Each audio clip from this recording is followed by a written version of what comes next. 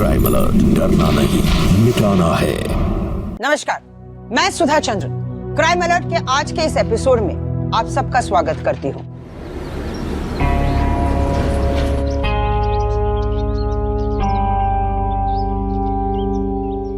सुनो सब लोग, जल्दी जल्दी सामान उतारो, 2 दिन में शादी है इस घर में। मैं साहब से बात करके आता हूँ, ठीक है?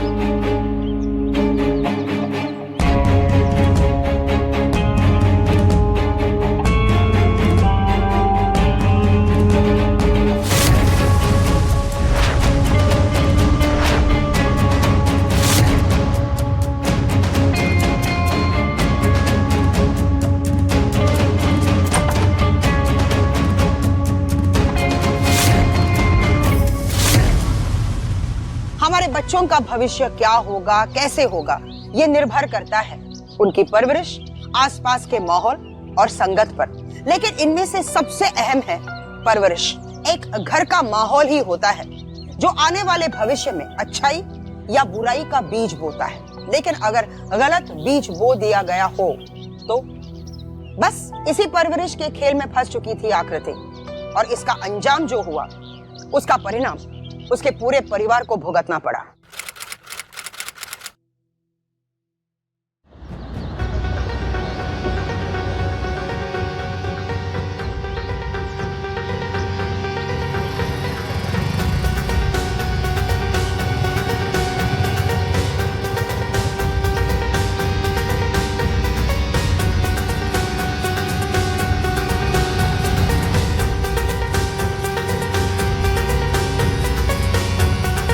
आकृति, आकृति,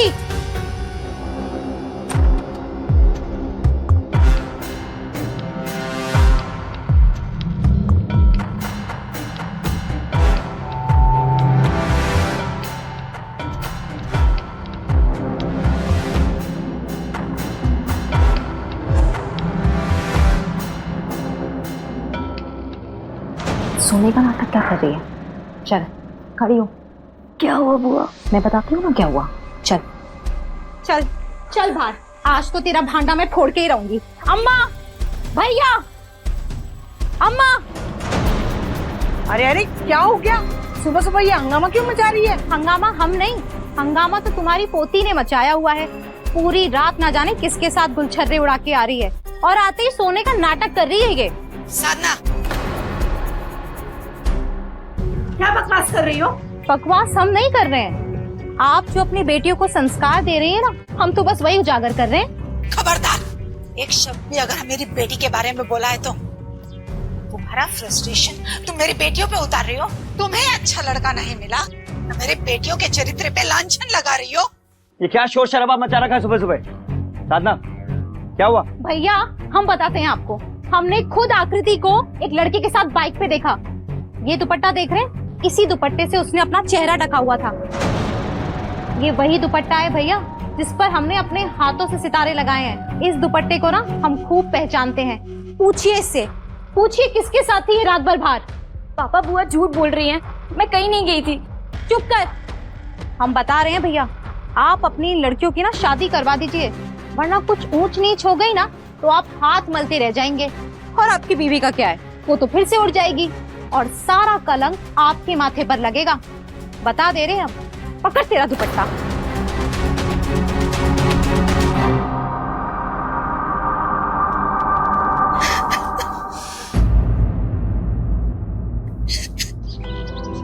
माँ। हाँ, थैंक यू। माँ, बुआ ना झूठ बोल रही थी, मैं कहीं नहीं गई थी। अगर गई भी थी तो क्या, इस उम्र में नहीं जाएगी तो कब जाएगी? बुढ़ापे में? और अगर कोई बॉयफ्रेंड है ना तो बता देना, तेरा काम आसान हो जाएगा। माँ, एक लड़का तो है, रवि, बहुत प्यार करता है मुझसे। वो तो तुझसे प्यार करता है, लेकिन एक बात बता, तू उससे प्यार करती है कि नहीं? हाँ माँ, मैं भी उससे प्यार करती हूँ। हम दोनों एक दूसरे को 2 सालों से जानते हैं। तो फिर दिक्कत क्या है? मैं हूं ना, मैं शादी करवाऊंगी तुम दोनों की, आई प्रॉमिस।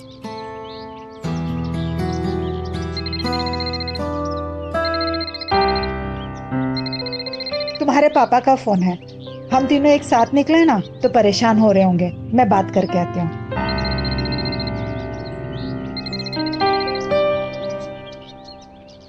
हाँ, नहीं, दोनों को बाहर लाई हूँ। घर में उनका भी तो दम घुटता होगा ना। क्या बात कर रहे हो? आइसक्रीम खा रही हूँ बच्चों के साथ। चलो बाद में बात करती हूँ।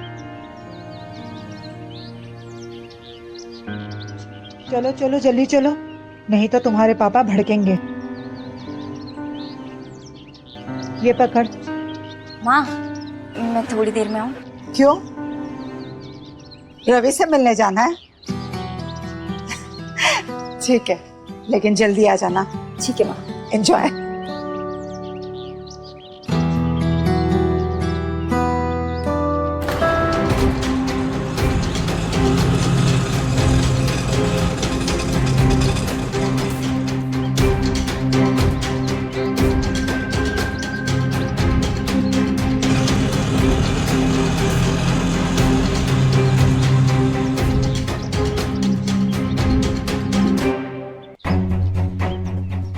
बस बहुत हो गया। एक हफ्ते में इसकी शादी करवा दूंगा। सारी हेकड़ी निकल जाएगी इसकी। वैसे ना भैया, इन लड़कियों की गलती नहीं है। ये जो कुछ भी हो रहा है ना, ये भाभी की शय से हो रहा है। चुप कीजिए बुआ, इसमें माँ का कोई लेना देना नहीं है। मैं अपनी मर्जी से उस लड़के से बात करती हूँ और उससे शादी भी करूंगी। बदतमीज, जबान चलाती है तू। मैं छोड़ूंगा नहीं तुझे। आवाज उठाती है बड़ों के आगे। गर्दन काट दूंगा इन माँ बेटियों की और खुद भी मर जाऊंगा। एक बात कान खोल के सुन लो तुम लोग, तुम दोनों की शादियां मेरी मर्जी से होंगी, समझे?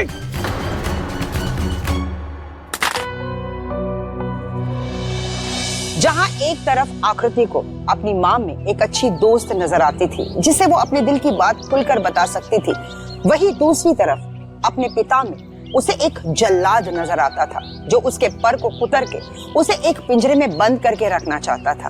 अब इन दोनों में से सही कौन था? अगर आप मुझसे पूछेंगे तो मैं यही कहूंगी कि दोनों ही गलत है, क्योंकि परवरिश का अपना एक विज्ञान होता है, ना ज्यादा छूट ना ज्यादा सख्त। लेकिन आकृति के साथ दोनों ही हो रहा था। अब इसका अंजाम क्या होगा, आइए देखते हैं। रवि के बिना जीने से अच्छा है कि मैं जहर पी के मर जाऊं।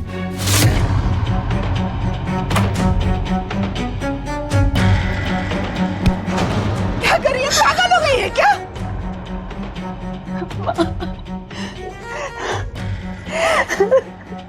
चिंता मत कर, मेरे होते हुए तेरी मर्जी के खिलाफ तेरी शादी कोई नहीं करा सकता। और रही बात तेरे पापा की, तो तू गुस्से में कुछ भी बोल देते हैं।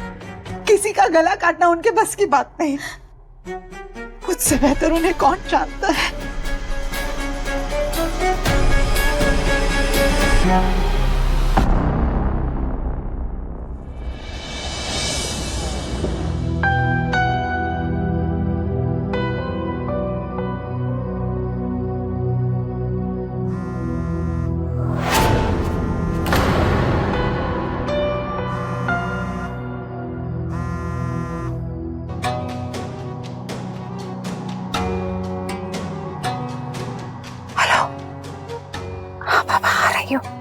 वेट तो करो।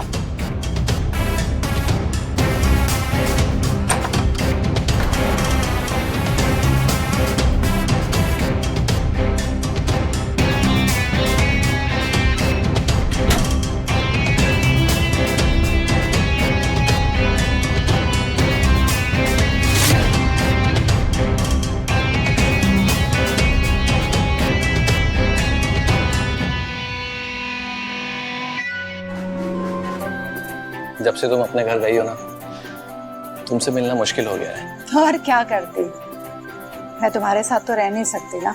तुम्हारी आमदनी में हम दोनों का खर्चा नहीं निकल रहा था।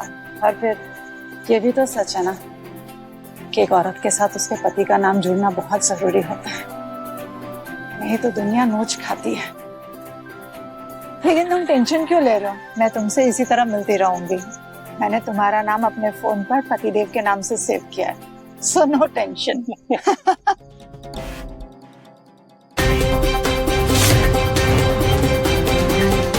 क्या हुआ?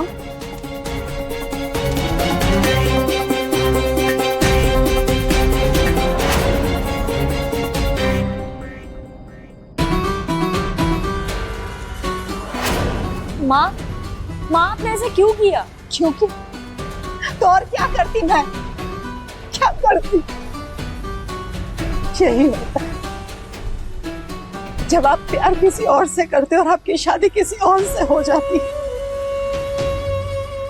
मैं और गोपाल एक दूसरे से बहुत प्यार करते हैं, शादी करना चाहते थे लेकिन नहीं कर पाए। मेरे पापा ने मेरे गर्दन पे तलवार रख के मेरी शादी तेरे पापा से करवा दी, और आज तेरे पापा आकृति के साथ भी वही कर रहे हैं। हम लोग के बीच में ये फिर से कब स्टार्ट हुआ? शादी के बाद मैं एक दिन बाजार में गोपाल से टकरा गई और मुझे पता लगा कि मेरी शादी के बाद भी उसने शादी नहीं की, और फिर हम चोरी चोरी मिलने लगे। कुछ साल पहले तेरे पापा को मुझ पर शक हो गया और मैं घर छोड़कर गोपाल के साथ भाग गई, लेकिन मुझे घर लौट कर आना पड़ा, अपने पति के घर लौट कर आना पड़ा, क्योंकि एक औरत अपने पति के बिना तो रह सकती है, लेकिन एक माँ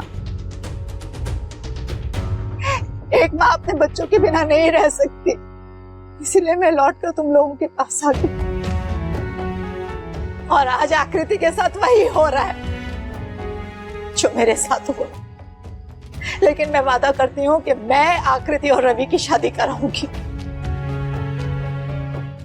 तुम दोनों को वो झेलना नहीं पड़ेगा जो मुझे झेलना पड़ा।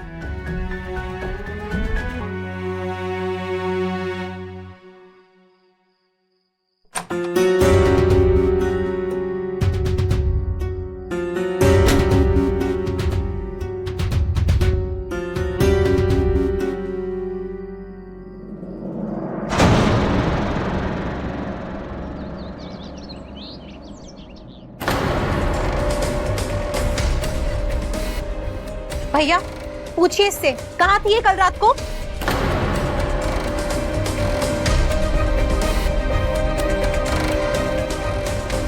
मैं दोस्त से मिलने गई थी। ऐसा कौन सा दोस्त है तेरा जिससे रात में मिलने गई थी? हम तो ना गए किसी से मिलने इतनी रात में। हाँ वही तो, अगर तुम मिलने जाती तो तेरी शादी हो जाती। आप चुप रहेंगी? एक मछली पूरे तालाब को गंदा कर देती है, और इससे पहले कि इसकी गंदगी से पूरे घर का नाम खराब हो, कान खोल के सुन लो आप लोग। पहले आकृति की शादी होगी, फिर जल्दी ही अनुष्का की। लड़का देख लिया हमने और लड़के वाले तैयार हैं। अब और देर नहीं कर सकते।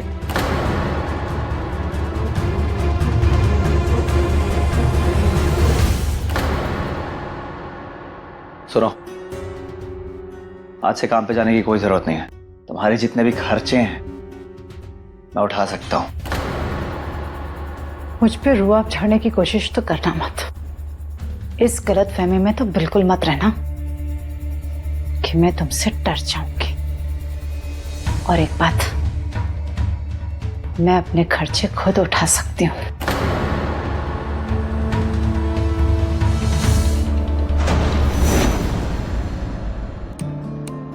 जिसको देखो वही धौंस जमाने में लगा पड़ा है। क्यों भड़क रही हो? अनुष्का ने कुछ बोला क्या? नहीं, उसने तो कुछ नहीं कहा, लेकिन हंगामा तो हो ही गया ना। क्या कर रहे हो? अरे तुम तो कैसा भी हंगामा झेल सकती हो, और वैसे भी तुम जैसी लेडीज मैंने दूसरी नहीं देखी। देखोगे भी नहीं। और खबरदार, मेरे रहते तुम किसी और औरत को कैसे देख सकते हो? कौन कमबख्त है तुम्हारे रहते हुए किसी और को देख सकता है? हिम्मत भी मत करना, गला काट दूंगी। अरे तुम्हारे लिए तुम्हारे पीछे आएगा। डेवलपर लेकर आती हूँ।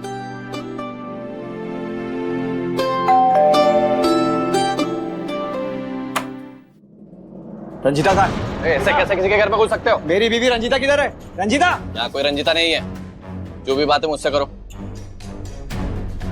अच्छा, तो ये सब क्या है? और ये रंग क्या तू अकेले लगा रहा था? हैं?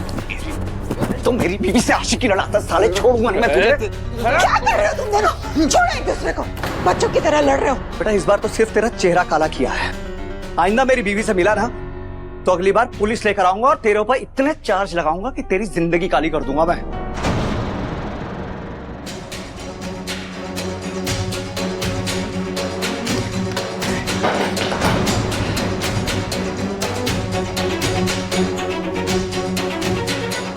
आज से कोई इस घर से बाहर नहीं जाएगा, सुना? अगले 5 दिनों में इस घर में आकृति की शादी है। खबरदार उससे पहले किसी ने भी यहां पर हंगामा किया तो। और तुम ना तो इस घर से बाहर जाओगी और ना ही कोई बाहर का आदमी इस घर में आएगा, समझी? कान खोलकर सुन लो सब, इस घर में कोई भी मोबाइल फोन पर बात नहीं करेगा।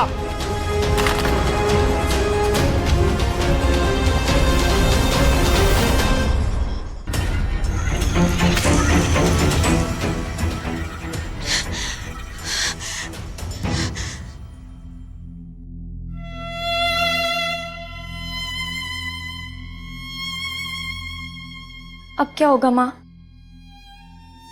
मैं किसी और से शादी नहीं करूंगी।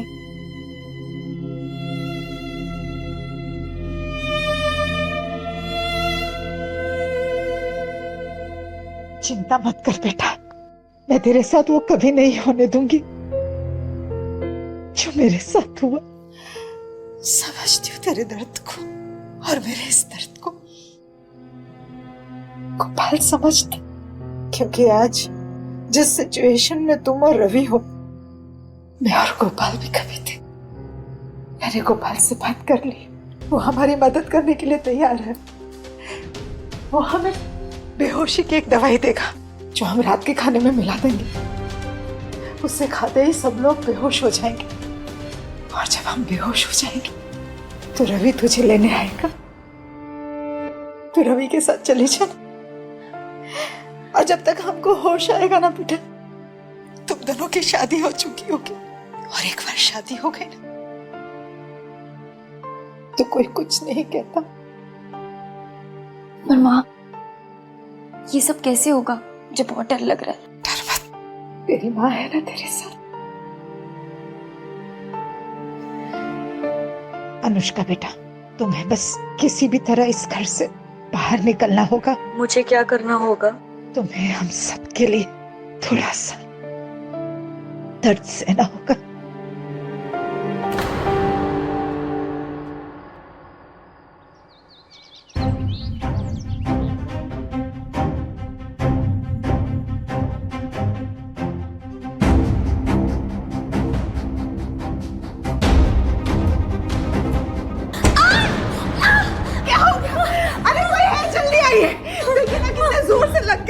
जल्दी से डॉक्टर के पास ले जाइए। दरवाजे में हाथ आ गया, ले जाइए ना। खड़े क्या है, जाइए। चलो।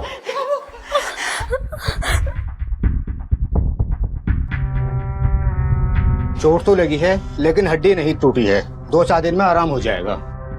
मैं कुछ दवाइयाँ लिख देता हूँ, आप बाजार से ले लीजिए।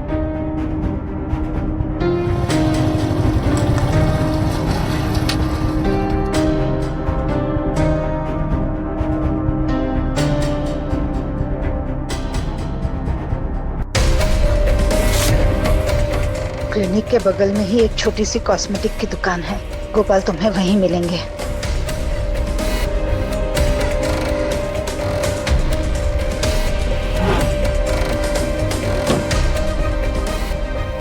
ये दवाई अपनी माँ को दे देना, ठीक है? अच्छा सुनो,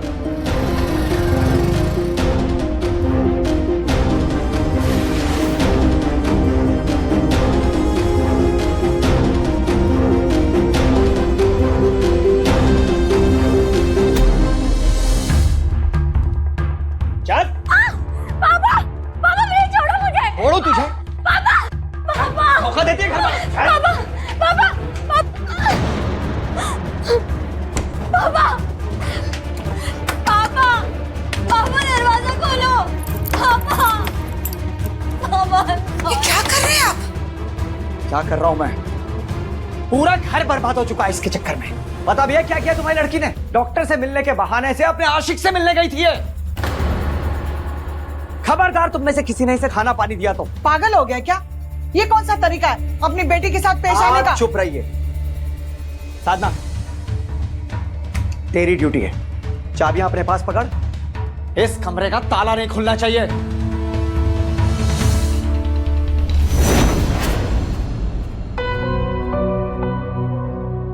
माँ बाप की जिम्मेदारी है कि वो अपने बच्चों को सही रास्ता दिखाए, लेकिन रंजिता ने अपनी बेटी आकृति को गलत रास्ते में ढकेल दिया। हो सकता है कि ऐसा लगे कि रंजिता का मकसद बिल्कुल सही था, लेकिन जब रास्ते गलत होते हैं तो कभी कभी सही मकसद भी कोई मायने नहीं रखते। कुछ ऐसा ही हुआ था गुप्ता परिवार के साथ भी।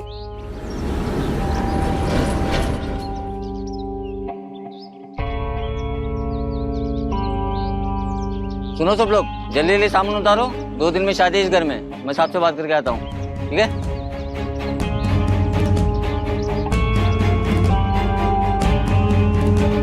गुप्ता साहब,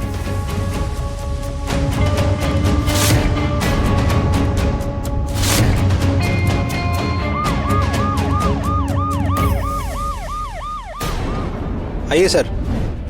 सर आइए, ये देखिए सर।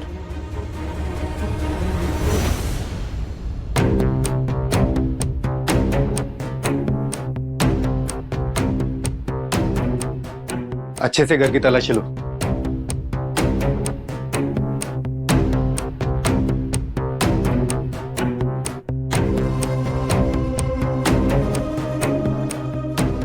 लगता है जहर खाने की वजह से मौत हुई उनकी।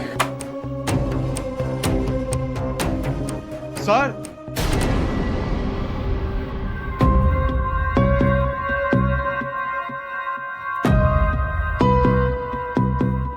एम्बुलेंस को फोन करो और सारी बॉडीज को पोस्टमार्टम के लिए भिजवाओ और इस प्लेट को फॉरेंसिक लैब भिजवाओ।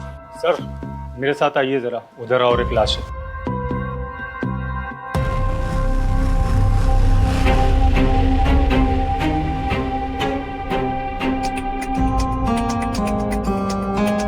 ऊपर ले जाइए इन्हें।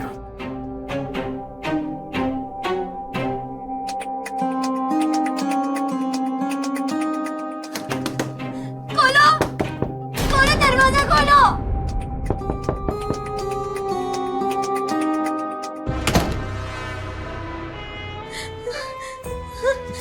पापा, पापा।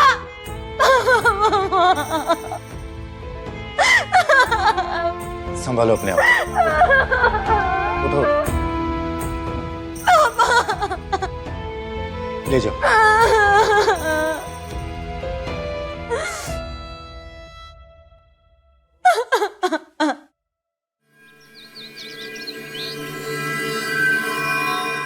सर गुप्ता फैमिली की पोस्टमार्टम रिपोर्ट आ गई है। सबके शरीर में जहर मिला है, जो कि उन्हें खाने में मिलाकर दिया गया था। इसमें श्याम गुप्ता की पोस्टमार्टम रिपोर्ट नहीं है। सर उनका रिपोर्ट आने में भी टाइम है। अनुष्का कहाँ है? ऐसा क्या चल रहा था आपके परिवार में जिसने ऐसी घटना को अंजाम दिया? सर मेरे पापा ना बहुत स्ट्रिक्ट थे, हर बात पर रोक टोक करते थे, लेकिन हमारी माँ कभी उनकी बात नहीं मानती थी।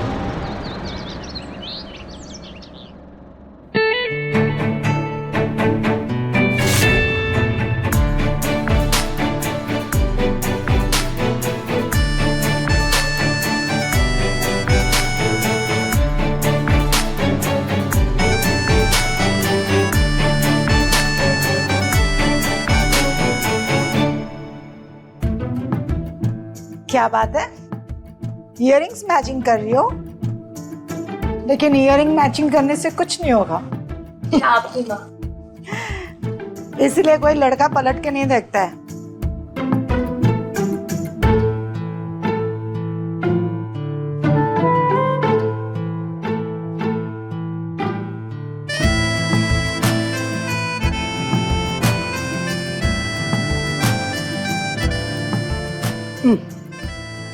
देखा कितनी सुंदर लग रही है। मेरी बात को ध्यान से सुन, घर से बाहर जाएगी ना तो सर को दुपट्टे से ढक लेना, अगर तेरे पापा ने देख लिया ना तो गजब हो जाएगा, पता चला तेरे बाल ही खुतर देंगे। ठीक है?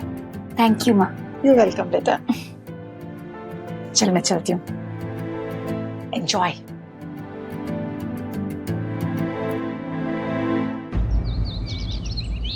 अरे मैडम, हम औरतों की किस्मत में इज्जत कहाँ, हमें अपनी अहमियत बनानी पड़ती है और इसीलिए हम औरतों को सजना धजना पड़ता है। और अगर औरतें सजे सवाए ना तो ये मर्द है ना औरतों की इज्जत ही ना करें। और इसीलिए मैं अपने सजने धजने में कोई कसर नहीं रखती। मैं तो कहती हूँ आपको भी बहुत सजना धजना चाहिए ताकि मर्द आपकी तारीफ कर सके। हो गया। मैं तो कहती हूँ फेशियल भी करवा लीजिए। अरे आपका चेहरा ना एकदम चकाचक हो जाएगा 5 मिनट में। गोल्ड वाला करती हूँ, ठीक है?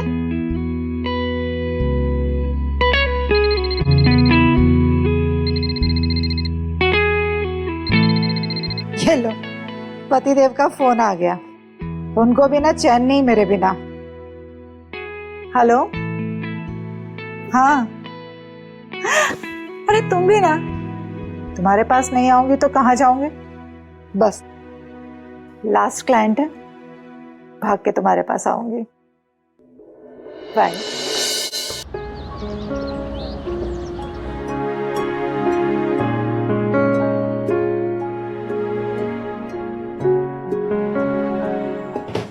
क्या बात है बिट्टू रानी, चेहरा सड़ा के क्यों बैठी है? क्या हुआ? तेरे दोस्तों ने तेरे हेयर स्टाइल की तारीफ नहीं की? जाने दो ना माँ, किसी को स्टाइलिंग की समझ ही का, तारीफ ही नहीं की किसी ने। किसी ने नहीं की या किसी स्पेशल ने तारीफ नहीं की? हाँ? अच्छा छोड़, देख तेरी माँ तेरे लिए क्या लाई है। माँ, आप मेरे लिए कुछ नहीं लाई? अरे ऐसे कैसे हो सकता है? तुम दोनों मेरी रानी बेटियां हो। ये ले। वाह माँ, ये कलर तो मुझे कब से चाहिए था। कहाँ से खरीदा? अरे नहीं नहीं, तेरी माँ खरीदती वरीदती नहीं है, लड़के लिया। अरे वो सप्लायर है ना लिपस्टिक का, वो कह रहा था दीदी आप अपने क्लाइंट से कहिए ना मेरी कंपनी की लिपस्टिक लगाने के लिए। मैंने कहा हाँ बिल्कुल, मुफ्त में थोड़ी, कोई वजह तो देगा लिप। माँ, ये लिपस्टिक का कलर ना बहुत अच्छा लग रहा है। शाबाश, बहुत अच्छे। अपनी बेटियों को भी ना अपनी तरह सर्वगुण संपन्न कर देना, कोई कसर मत छोड़ना। बिल्कुल बिल्कुल नहीं छोड़ूंगी। और आप बिल्कुल चिंता मत करिए, मेरी सगी बेटियां हैं, कुछ बुरा नहीं होने दूंगे। अच्छा, ये सब करने के लिए आई हो ना तुम इस घर में? मुझसे कुछ कह रहे हैं आप? माँ जी के सामने कहिए ना। माँ जी, माँ जी। हाँ, क्या हुआ बहू? हाँ, क्या हुआ? देखिए तो, आपका लाडला मुझसे कुछ कहना चाह रहा है। अरे इसका क्या, ये तो ऐसे ही है, अपने बाप की तरह हर टाइम बड़बड़ करते रहता है। अरे जा ना, हम लेडीज को ना कुछ स्पेशल बात करनी है।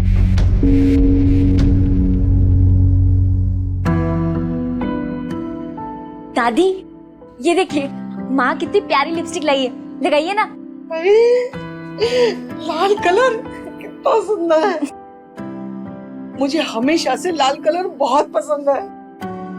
अगर मैं अपने होठों पे लगाऊंगी तो कैसे लगूंगी, है ना?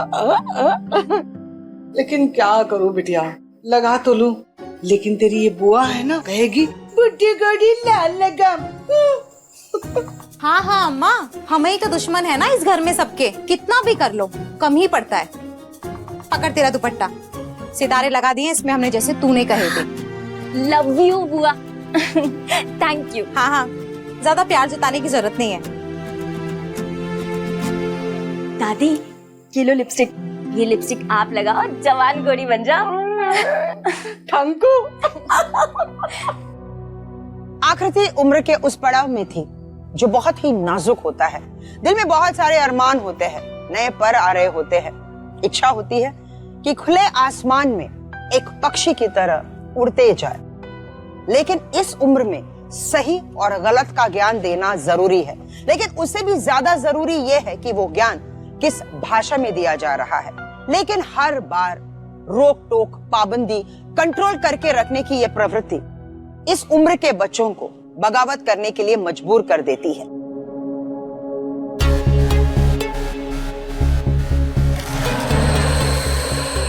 छुआ मत मुझे।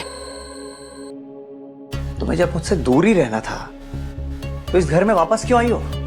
उसी के साथ रहती ना जिसके साथ इस घर को छोड़ के भागी थी तुम। मैं किसी के साथ नहीं भागी थी। तुम्हारे दिमाग का फितूर है। तुम्हारे इसी शक्कीपन की वजह से मैं तुम्हें छोड़कर गई थी। लेकिन अगर घर वापस आई हूं लौटकर तो बच्चियों की वजह से, तुम्हारी वजह से नहीं।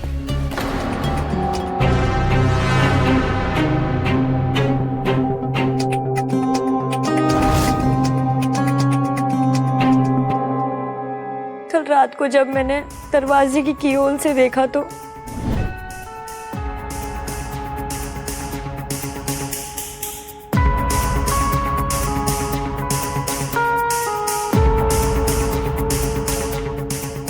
आप लोग शुरू कीजिए, मैं आकृति को देख के आता हूं।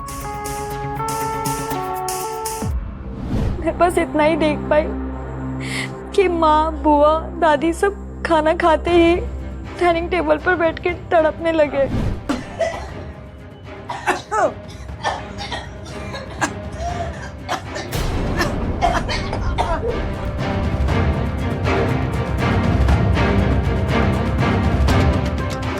पापा ने कहा था कि वो सबको मारने के बाद खुद को भी खत्म कर देंगे।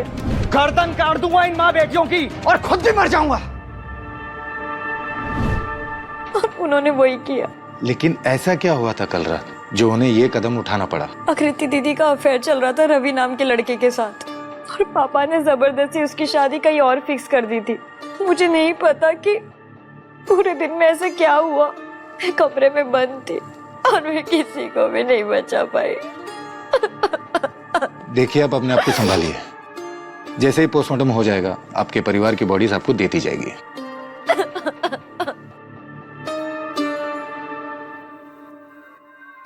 इसकी सारी एक्टिविटीज पर नजर रखो।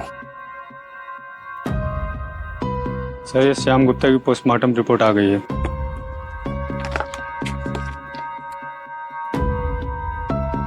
श्याम गुप्ता के बॉडी में जहर, फिर उसे पंखे से किसने लटकाया? ये केस को जितना आसान समझ रहे उतना है नहीं। मतलब उस घर में कोई और भी था।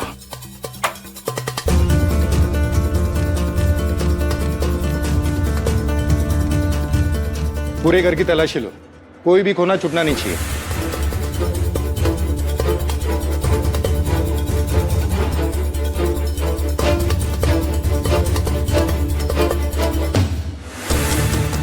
सर,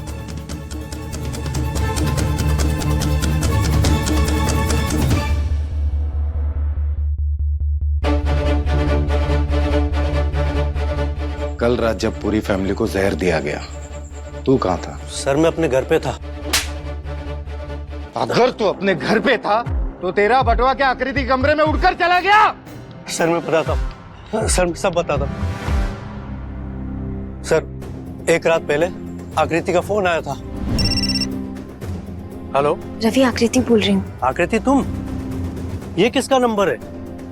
मैं कब से तुम्हारा फोन ट्राई कर रहा हूँ, बंद आ रहा है। पापा के नंबर से कॉल कर रही हूँ, उन्होंने मेरा फोन छीन लिया है। अच्छा, मेरी बात ध्यान से सुन। कल रात 12 बजे हमारे घर आ जाना। सब लोग बेहोशी की दवा खा के बेहोश हो जाएंगे तो हम दोनों भाग जाएंगे। ठीक है सर, उसके कहने पर मैं 12 बजे उसके घर पहुंचा।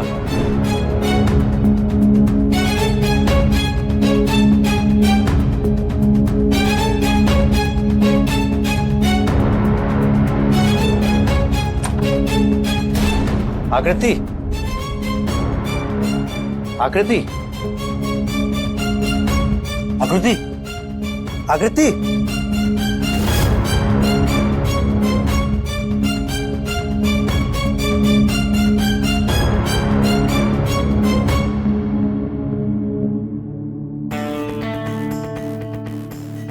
जैसा कि उसने कहा था कि वहां सभी बेहोश मिलेंगे, लेकिन सर वहां टेबल पे पूरी फैमिली की लाश पड़ी हुई थी और उसके पापा जमीन पर पड़े हुए थे।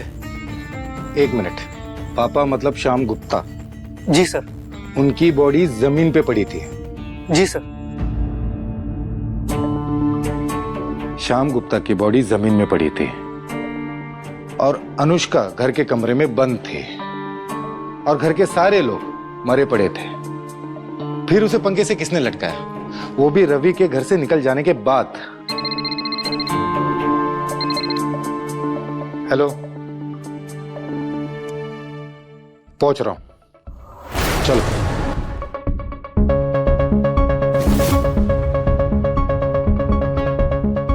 माँ नहीं चाहती थी कि मेरी शादी किसी और से हो, इसलिए माँ ने अनुष्का को गोपाल के पास भेज दिया ताकि वो उससे बेहोशी की दवा ला सके और सबके खाने में मिला दे। ये गोपाल कौन है? माँ और गोपाल एक दूसरे से प्यार करते थे, शादी के बाद भी। अच्छा, फिर क्या हुआ? सबके बेहोश होने के बाद मैं और रवि वहां से भागने वाले थे, लेकिन जब अनुष्का बेहोशी की दवाई लेकर आई तो पापा ने उसे कमरे में बंद कर दिया। उस रात अनुष्का ही मेरे लिए खाना लेकर आई थी। मतलब अनुष्का ने तुम्हें खाना खिलाया, तुम्हारे पापा ने नहीं? जी सर।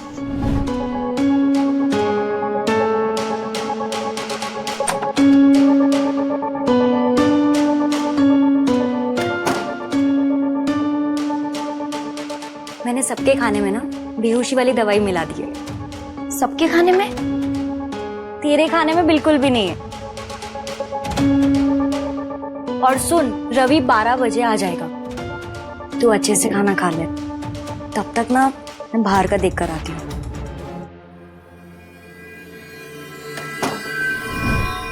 आप लोग पूछताछ बाद में करिएगा, पहले पेशेंट को आराम करने दीजिए। अभी आप आराम कीजिए, चलिए।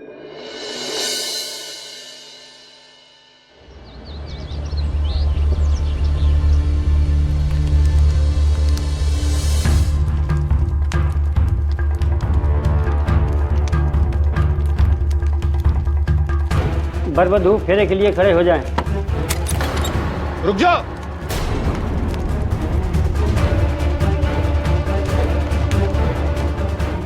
आप लोग यहाँ? हमने सोचा आपकी शादी हो रही है तो क्यों ना आपको एक सरप्राइज वाला तोहफा दे दिया जाए। आपकी बहन आकृति मरी नहीं, जिंदा है और होश में है। हम उसी के पास से आ रहे हैं। जरा दूल्हे साहब का चेहरा तो दिखा दीजिए, दिखाइए।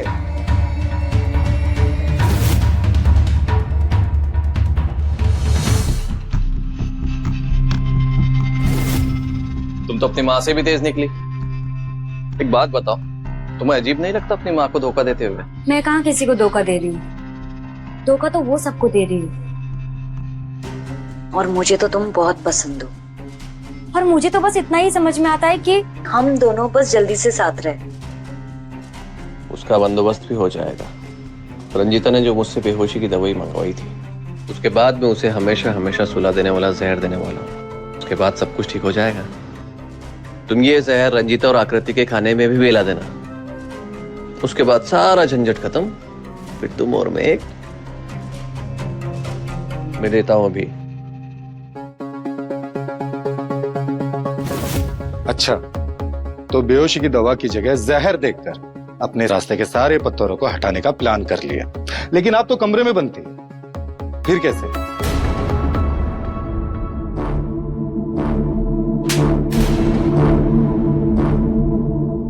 बाकी की कहानी तुम खुद सुनाओगी या कोई दूसरा तरीका अपनाओ? जिस कमरे में मैं बंद थी ना, उसका दरवाजा मैं जोर जोर से पीट रही थी और मैंने सुबह से कुछ भी खाया पिया नहीं था। बुआ को मुझ पे दया आ गई। खोलो, खोलो दरवाजा खोलो।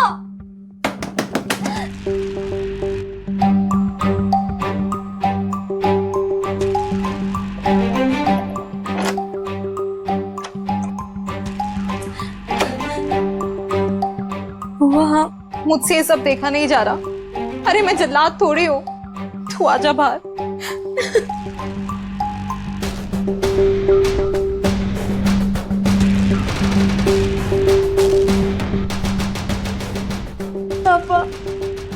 पापा, आई एम सॉरी। प्लीज मुझे माफ कर दो। आई प्रॉमिस दोबारा ऐसा नहीं होगा पापा। प्लीज पापा मुझे माफ कर दो ना पापा। ठीक है, आइंदा ख्याल रखना। पापा आज सबके लिए खाना मैं बना दूं रात को? बेटा तुम्हारे हाथ में चोट लगी हुई है तो। नहीं पापा अभी तो ये ठीक है।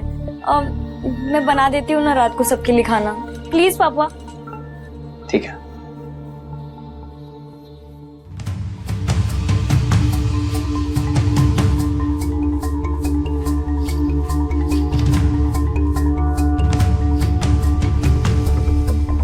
अनुष्का बेटा, सारे खाने में तो दवाई नहीं मिलाई ना? नहीं तो पता चला आकृति भी खाना खा के बेहोश हो गई। जिसको भागना है वही सो रही है। माँ आकृति का खाना मैंने पहले ही अलग रख दिया। ठीक है, मैं बाहर देखती हूँ।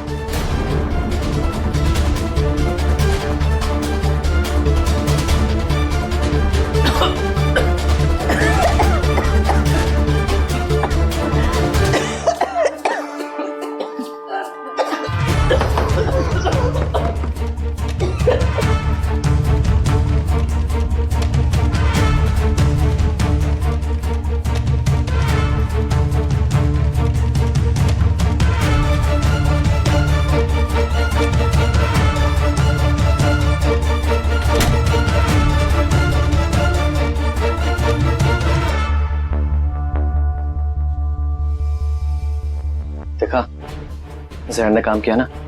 देखो मेरी बात ध्यान से सुन, तुम्हारे पापा को मैं पंखे से लटका देता हूँ, जिससे लगेगा कि उन्होंने सबको जहर देके मारा है और खुद आत्महत्या कर ली।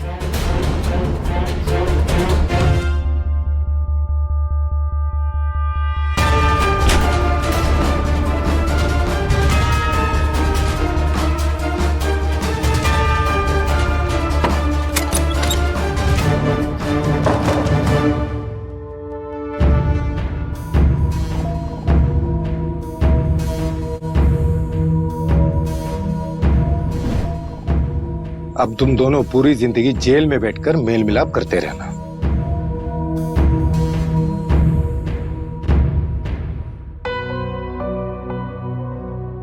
एक गलत रास्ते ने पूरे परिवार को एक ही रात में खत्म कर दिया। आकृति अपना प्यार पाना चाहती थी, इसलिए बिना सोचे समझे वो अपनी माँ के इशारे पर चल पड़ी। पर कहते हैं ना, जैसे को तैसा हमेशा मिलता है। रंजीता ने अपने पति को धोखा दिया तो बदले में उसकी बड़ी बेटी अनुष्का ने उसे धोखा दिया।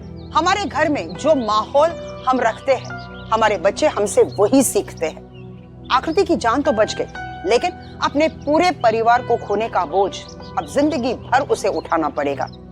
अगर हर अपराधी यही सोचता है कि वो बहुत चालाक है और लोगों की आंखों में धूल झोंककर वो बच जाएगा, तो वो गलत सोचता है, क्योंकि पुलिस अपराधी से ज्यादा होशियार होती है। जैसे कि इस केस का जो छानबीन कर रहा था, वो इंस्पेक्टर बहुत ही होशियार था। उसने सबसे यही छुपा कर रखा कि आकृति मर चुकी है, ताकि उसकी जिंदगी में कोई खतरा न मंडरा सके।